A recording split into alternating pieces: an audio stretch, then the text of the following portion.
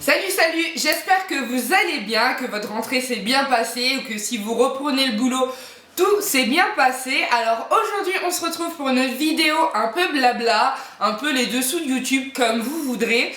C'est une vidéo qui va traiter des partenariats, YouTube, blog, etc. Ce sera une vidéo en collaboration avec Marine du site Aza et Pur, mais aussi du blog Aza et Pur. C'est une personne dont je vous parle souvent, étant donné que c'est l'une de mes partenaires et maintenant amie et que je m'entends très bien avec elle, hein, toujours le Lion Power, on est d'accord. Donc on a décidé de faire ces articles et vidéos car c'est un sujet qui nous touche à cœur, c'est un sujet dont on a entendu parler sur énormément de chaînes, sur énormément de blogs. On avait aussi envie de donner notre point de vue, moi mon point de vue de youtubeuse, blogueuse et elle son point de vue de revendeuse ou de marque. Hein. On va aussi différencier les marques des revendeurs. Et de toute manière je vous mettrai son article juste ici à côté de moi et aussi en barre d'infos comme d'habitude. On va traiter cette vidéo en 4 points. D'abord, premier point, un partenariat, qu'est-ce que c'est? Il faut bien déjà poser les bases, différencier le partenariat de l'article sponsorisé, etc.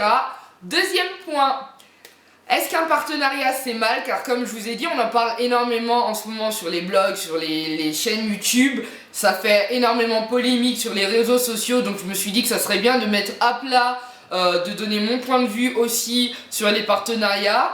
Troisième point, comment bien choisir ses partenaires, hein, ne pas prendre des partenaires au hasard pour avoir une masse de produits qui au final ne vous serviront à rien, n'intéresseront pas forcément vos abonnés, votre lectorat, etc. Et quatrième et dernier point, les erreurs à ne pas faire, car j'ai aussi des échos de mes différents partenaires et des fois c'est à s'en tirer les cheveux, c'est juste pas possible ce que j'entends, ce que j'ai pu lire, etc. Donc on va commencer tout de suite et j'espère que cette vidéo qui se différencie un peu des vidéos beauté, etc. que vous pouvez voir sur ma chaîne ou sur mon blog vous plaira. Donc on va commencer tout de suite. Donc un partenariat, qu'est-ce que c'est? D'abord on va poser les bases comme je vous l'ai dit. C'est d'abord un échange entre une marque ou un revendeur avec une youtubeuse ou une blogueuse ou blogueur ou youtubeur, hein, masculin, féminin, c'est du pareil au même. Tout simplement, ces derniers vont recevoir des produits de la marque ou du revendeur afin de pouvoir effectuer des tests de produits, que ça soit des produits capillaires, que ça soit des produits pour le visage, du maquillage, que ça soit pour certains des produits culinaires, des voyages aussi, ça dépend vraiment de la thématique de la chaîne ou du blog. Et c'est vraiment un échange gagnant-gagnant. Donc les youtubeurs, blogueurs, blogueuses, youtubeuses vont recevoir les produits de la marque ou du revendeur, vont effectuer les tests pendant 1, 2, voire 3 semaines et ainsi pouvoir créer un article ou une vidéo au sujet des produits qu'ils auront reçus. Donc là, il n'est pas question d'argent parce qu'une fois qu'on parle d'argent lors d'un partenariat, on parle de sponsoring ou d'articles sponsorisés où là on reçoit de l'argent pour écrire, rédiger un blog. Moi je n'en ai jamais encore fait et je ne sais même pas si un jour j'aurai la possibilité ou non de le faire, c'est pas mon but premier, on est d'accord? Et voilà, donc c'est ça un partenariat, c'est vraiment un échange. Souvent on se lie d'amitié même avec les community managers ou même les chargés de communication des différentes marques ou même des marques directement quand on a affaire avec des plus petites marques, donc c'est eux qui gèrent directement leur communication, etc. Ou même avec les revendeurs, donc voilà. Donc là on arrive au deuxième point sur est-ce que les partenariats c'est mal ou pas. Et moi je vais dire clairement ça peut être oui et non. Pour moi ça sera non parce que moi un partenariat ça me permet de vous faire découvrir de nouveaux produits qui sont pas forcément des produits que je pourrais me permettre d'acheter pour certains. Même si pour l'instant j'ai vraiment eu des produits à prix raisonnable, donc du coup pas d'excès. C'est vraiment une possibilité pour moi de vous présenter plus de produits sur ma chaîne parce que qu'on soit d'accord, je ne touche pas d'argent avec YouTube ni avec mon blog, donc acheter en continu, pour moi c'est impossible, hein, j'ai un budget limité pour tout ce qui est beauté, maquillage, etc. Hein, ce n'est pas ma vie, ce n'est pas mon métier principal, donc je ne vais pas non plus dépenser des milliers des cents comme je vous ai dit. Donc pour moi les partenariats ça me permet de vous présenter plus de produits, d'autres produits qui diffèrent un peu des produits que j'achète moi-même. Par exemple j'ai des partenariats pour le bio, j'ai des partenariats pour les produits capillaires, etc. Mais c'est pas pour autant que je ne vais faire que des partenariats. Et c'est là quand le partenariat devient un excès, devient un but et la raison principale de la création d'une chaîne YouTube ou d'un blog, que là les partenariats c'est mal. Parce qu'on n'ouvre pas une chaîne ou un blog pour but d'avoir des partenariats. Pour moi ça ne sert à rien du tout. On ouvre une chaîne ou un blog parce qu'on a envie de donner son point de vue, on a envie de s'exprimer, on a envie de partager avec des gens, etc. Et ensuite viennent les partenariats. Je sais pas si je me suis fait comprendre, c'est un peu compliqué dans les vidéos comme ça parce qu'on a envie de tout dire, toutes les idées elles émergent d'un seul coup dans la tête et vu que j'ai pas vraiment fait de ligne, j'ai juste fait les 4 points, et après je me suis dit que j'allais partir au feeling, donc j'espère que je suis claire. Donc dans tous les cas n'hésitez pas à me poser des questions en commentaire. Donc pour moi un partenariat c'est bien du moment où ça permet d'alimenter un peu plus sa chaîne, mais que ça ne soit pas un but premier pour sa chaîne ou son blog. Que je me suis fait comprendre.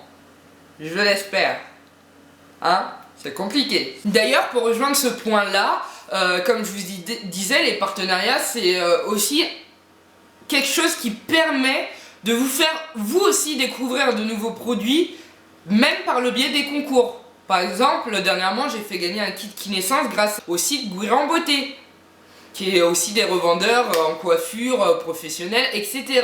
Et là en ce moment par exemple il y a aussi un concours sur ma chaîne qui finit le 9 septembre si je ne me trompe pas, où vous allez pouvoir aussi découvrir des produits du site Asahi Pur, donc plusieurs produits qui m'ont été envoyés par Marine et d'autres que j'ai achetés moi-même pour vous, et aussi par exemple les magnettes de chez Carteland. Donc c'est aussi, ça vous permet aussi d'alimenter la chaîne mais aussi de vous faire à vous qui regardez la vidéo, qui regardez les blogs, qui lisez les blogs, de pouvoir aussi donner votre avis, votre retour sur les produits que vous allez gagner grâce à ces partenariats, et aussi de confirmer ou d'infirmer notre avis sur les produits. On n'est pas forcément d'accord sur tous les points, ça se trouve que moi je vais adorer un produit et vous allez le détester, mais du coup les gens auront aussi deux points de vue différents. Donc ça aussi c'est le côté positif du partenariat.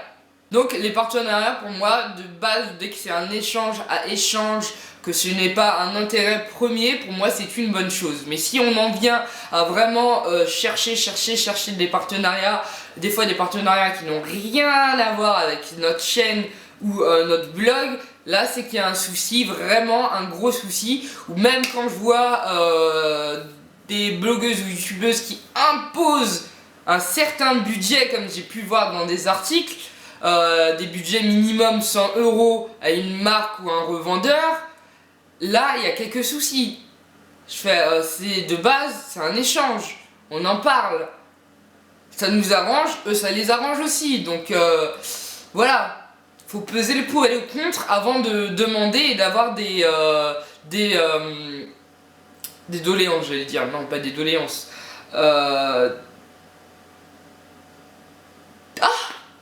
j'ai oublié, des revendications aussi fortes que celle-là, quoi. Avoir un minimum de 100 €, non. Moi mes premiers partenariats ils étaient d'une valeur de 8, 10, 15, 20 € et pour ça j'étais tout autant joyeuse, hein. C'est pas pour autant que j'allais en pleurer et que j'allais pas faire de vidéos, etc. Bref, on en arrive au troisième point qui est comment choisir ses partenaires ou comment choisir son partenariat, etc.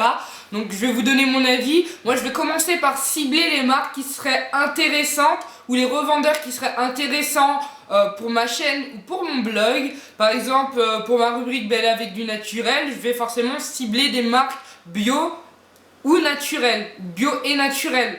Je ne vois pas l'intérêt sur une rubrique comme celle-ci de parler de marques telles que Clinique, on va dire, enfin des marques qui ne seront pas naturelles et bio. Donc si vous avez par exemple un blog qui traite uniquement du bio et du naturel, forcément vous allez cibler des marques ou des revendeurs proposant des produits naturels et ou bio. C'est la même chose que si par exemple vous avez une chaîne qui traite de livres, de lifestyle, etc. Vous n'allez pas vous rediriger vers des marques de cosmétiques, mais vers des maisons d'édition, etc., etc., ou des produits culinaires, des marques culinaires, etc. C'est pareil pour le système des box. Vous n'allez pas présenter des box culinaires alors que vous traitez de la beauté. Vous n'allez pas présenter des box, j'ai envie de dire, qu'est-ce que je peux dire comme box? Des box genre Glossy Box si votre chaîne traite plus de vos animaux ou votre blog traite des animaux, etc. Et inversement. Donc vraiment, il faut cibler les marques qui correspondent à votre chaîne, à votre blog, à votre ligne éditoriale et à votre audimat, votre lectorat, et ainsi les contacter et pouvoir faire des articles ou des vidéos qui correspondront vraiment à votre chaîne ou à votre blog.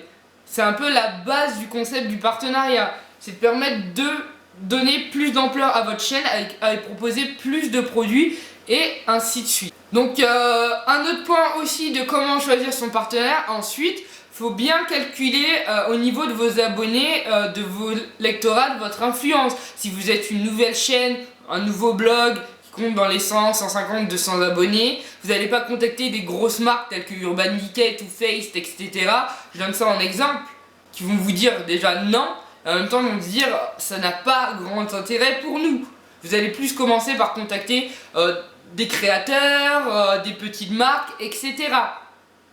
Ce qui est logique. Et plus vous allez grandir, et plus vous allez pouvoir évoluer vers des grosses marques ou des gros revendeurs, etc., etc. Et on arrive au dernier point qui pourrait être un point très très long. Je vais essayer de vous donner 2-3 exemples des erreurs à ne pas faire. Premièrement, au niveau du contact, le premier mail que vous allez envoyer à une marque, soignez-le. Présentez-vous déjà, votre chaîne aussi, présentez-vous, donnez votre prénom, votre âge, etc. Présentez votre chaîne, présentez la ligne éditoriale de votre chaîne, de votre blog, etc. Pourquoi vous contactez cette marque, qu'est-ce que vous pouvez lui apporter, qu'est-ce qui vous intéresse chez elle, etc. Quels sont vos points communs ou vos points qui diffèrent. Donnez votre opinion sur certains produits si vous en avez déjà testé. Si vous en avez déjà testé, c'est encore mieux, etc. Donnez vos statistiques, vos liens des réseaux sociaux, etc., etc. Donc vraiment soignez votre mail comme si vous envoyiez un CV, une lettre de motivation à un employeur. C'est exactement la même chose. Même si là, il n'est pas question de rémunération, il vous envoie quand même des produits, et des produits, c'est de l'argent. Ensuite, deuxième erreur à ne pas faire, c'est qu'une fois que vous recevez les produits, ne plus donner de nouvelles pendant 2, 3, 4, 5, 6 mois. J'ai eu les produits et basta. Non, parce que déjà les marques entre elles vont parler, les community managers entre eux vont parler aussi, et du bouche à oreille, ne vous étonnez pas qu'ensuite plus personne ne veuille faire de partenariat avec vous. C'est le respect. On vous envoie des produits, le minimum, vous dites oui, j'ai bien reçu, je testerai les produits à partir de telle et telle date, j'essaierai de faire une vidéo, faire un article à telle et telle date, il est possible que la vidéo soit repoussée ou la sortie de l'article soit repoussée, etc. Mais tenez au courant vos partenaires, c'est un minimum, c'est de l'humain, c'est du social et c'est aussi du savoir-vivre. Quand je vois que certaines marques, certaines revendeuses avec qui je collabore me disent qu'elles n'ont pas de nouvelles de blogueuses ou de youtubeuses après 3 mois, c'est pas possible. C'est vraiment des choses qui pour vous paraissent banales mais qui sont logiques, c'est du savoir-vivre. Vous pouvez pas disparaître avec des produits dans la nature comme ceci et sans donner de nouvelles, non. Sinon, quel est l'intérêt d'avoir fait une chaîne ou un blog? Quel est l'intérêt de lancer un partenariat à part de vous remplir vos placards de produits inutiles dans ce cas-là?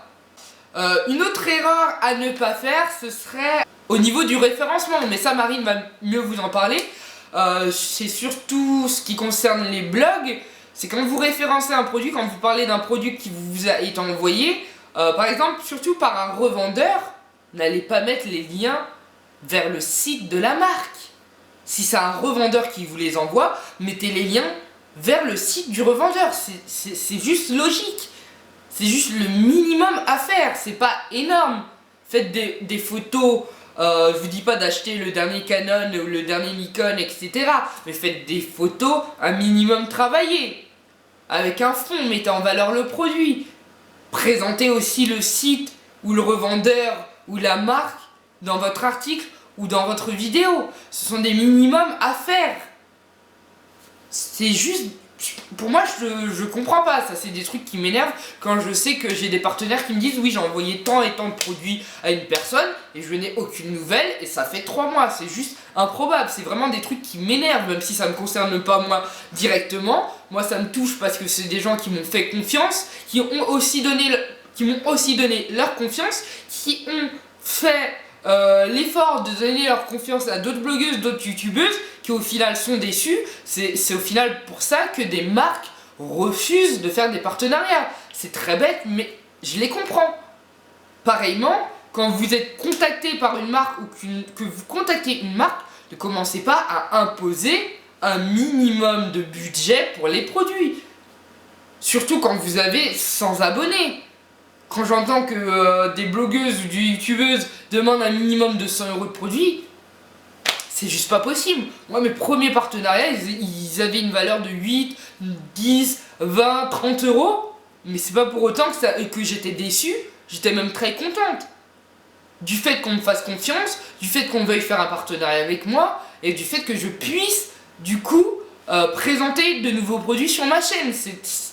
C'est juste un minimum.